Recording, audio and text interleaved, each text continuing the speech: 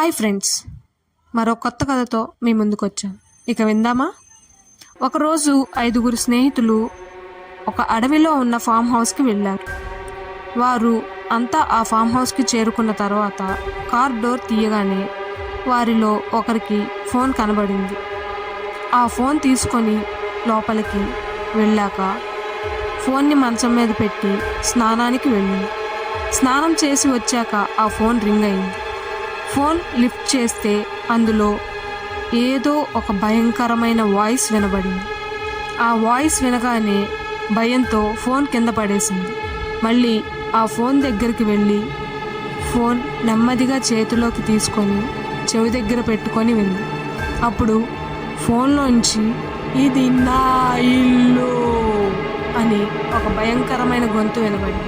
వెంటనే call cut చేసి మిగిలిన స్నేహితుల దగ్గరికి పరిగెత్తుకుంటూ వెళ్ళింది. వాళ్ళకి జరిగిందంతా చెప్పింది. వాళ్ళు "ఆ ఫోన్ ఎక్కడ పెట్టావు?" అని అడిగారు. దానికి ఆమె సమాధానంగా "ఆ ఫోన్ని నేను మంచం మీదే పెట్టి పరిగెత్తుకుంటూ వచ్చేసాను" అని చెప్పింది. వాళ్ళంతా ఆ ఫోన్ దగ్గరికి వెళ్ళారు. వాళ్ళు ఆ ఫోన్ దగ్గరికి వెళ్ళగానే మళ్ళీ ఆ ఫోన్ రింగ్ అయ్యింది. వారిలో ఒకరు ఆ ఫోన్ని చేతిలోకి తీసుకొని లిఫ్ట్ చేసి స్పీకర్ ఆన్ చేశారు. మళ్ళీ అదే భయంకరమైన గొంతుతో "ఇది నా ఇల్లు" అని వినపడింది.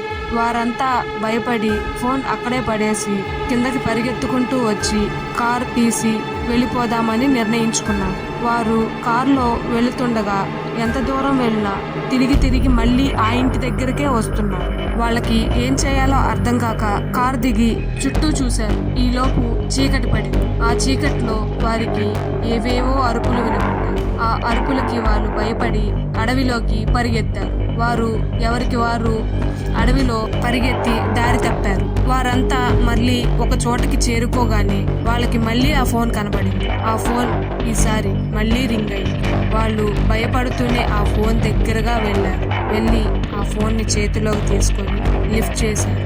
మళ్ళీ అదే భయంకరమైన వాయిస్తో "నేను మీ వెనకే ఉన్నాను" అని వినపడేసరికి వాళ్ళకి ఇంకా భయం పెరిగింది.